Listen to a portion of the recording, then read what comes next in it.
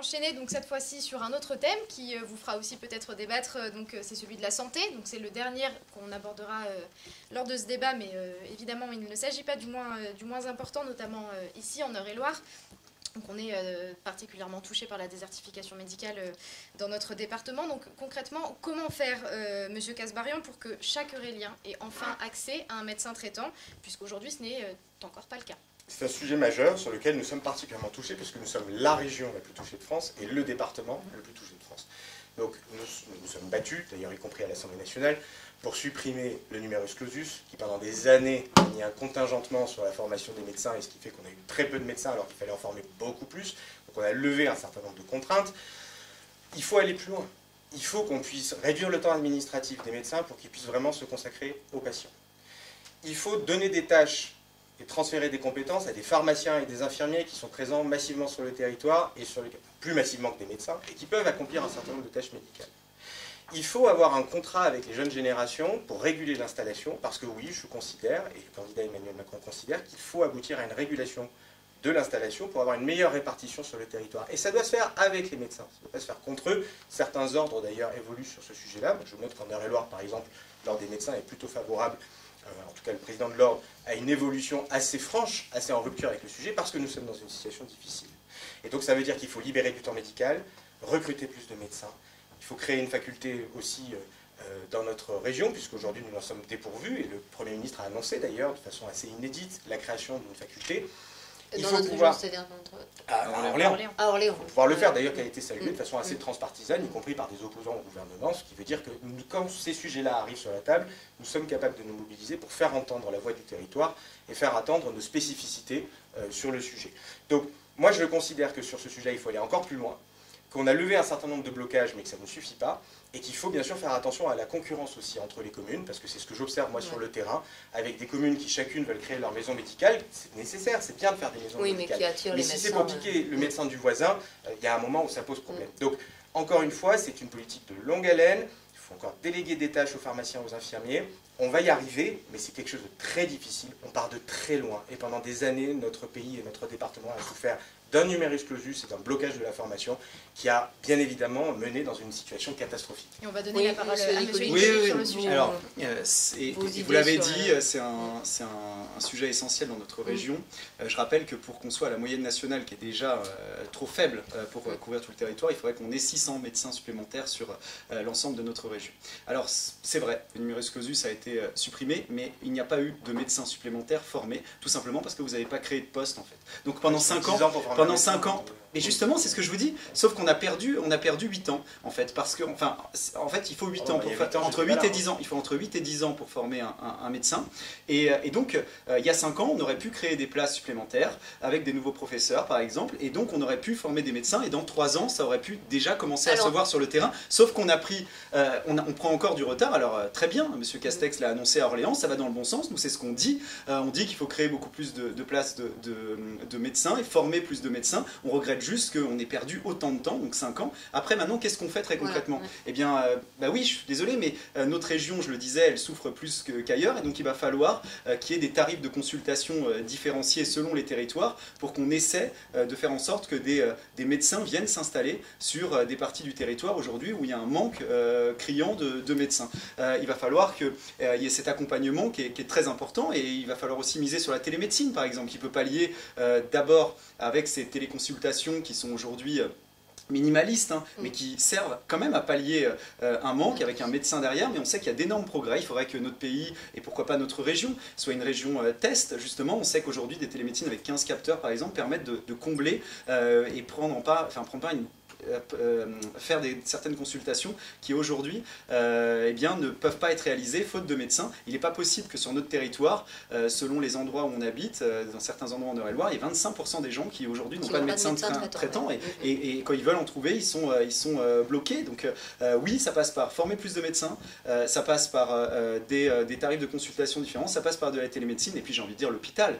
Le plan d'austérité qui a été poursuivi, qui avait été mis en place par Nicolas Sarkozy, je le rappelle, 1 milliard d'euros par an, qui avait été poursuivi par François Hollande. Le Ségur, ça a été des milliards d'euros qui ont été mis. En Eure-et-Loir, vous avez 15 millions d'euros à l'hôpital de Chartres. À Dreux, vous êtes de Dreux, mais reconnaissez qu'il y a des moyens qui sont mis sur le sujet.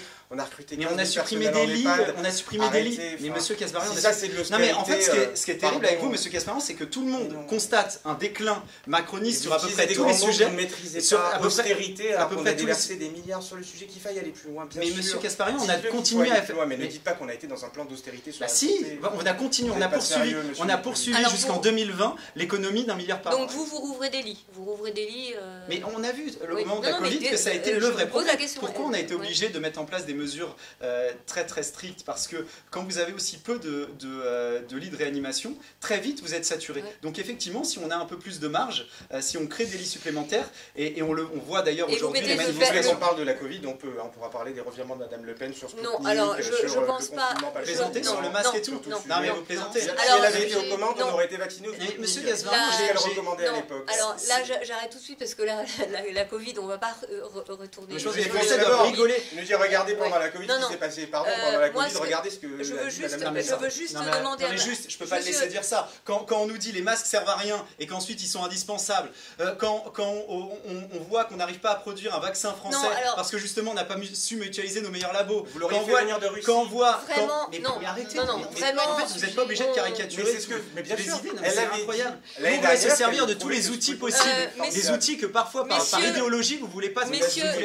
N'assumez pas les propos de votre candidat. Messieurs, on va pas refaire le débat sur le Covid avec le masque, etc. Moi, ce qui m'intéresse juste, si vous pouvez terminer. Oui. C'est lui qui l'a abordé. Voilà. Si vous pouvez juste terminer sur. Vous rouvrez des lits, d'accord. Est-ce que vous avez les équipes pour faire tourner les lits?